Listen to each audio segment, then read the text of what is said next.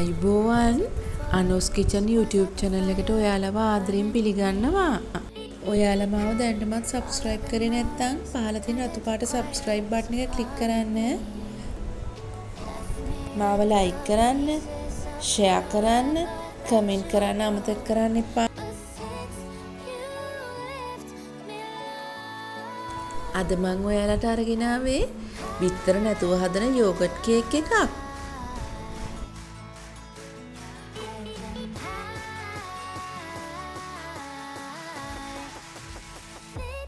අපි බලමු අවශ්‍ය දේවල් මොනවද කියලා.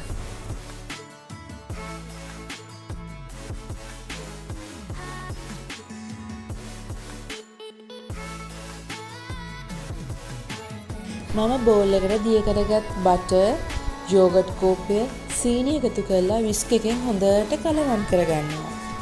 අපි මෙතනදී පාවිච්චි කරන්නේ plain yogurt තමයි. measuring cup එකෙන් එකක් තමයි අපි ගන්නෙ.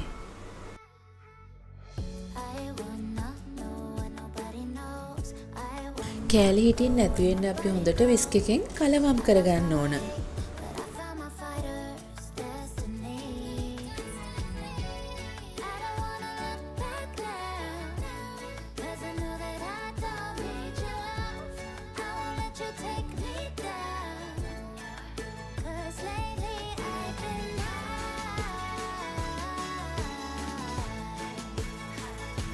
දැන් මම self raising flour ටික එකතු කරලා හොඳට කලවම් කරගන්නවා.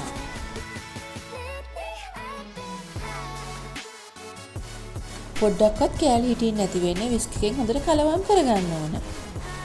දැන් මම වැනිලා එකතු කරනවා. ඔයාලට self raising flour නැත්නම් පාන් පිටි වලට baking powder තේ හැන්දක් සහ ආප්ප සෝඩා තේ හැඳි භාගයක් එකතු කරලා හලා ගන්න. කේක් මිශ්‍රණය මම දැන් බටර් තැවරූ තැටියට දාගන්නවා. ප්‍රීහීට් කරගත් oven එකේ සෙල්සියස් අංශක 180ට විනාඩි 45ක් බේක් කරගන්න.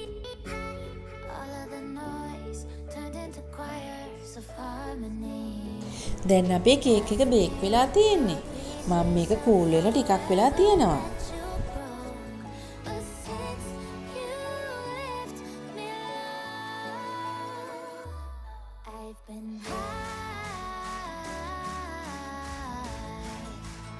ඔයාලා කැමති නම් icing sugar dust එක හරි cocoa dust එක හරි උඩින් ඉහ ගන්න පුළුවන්.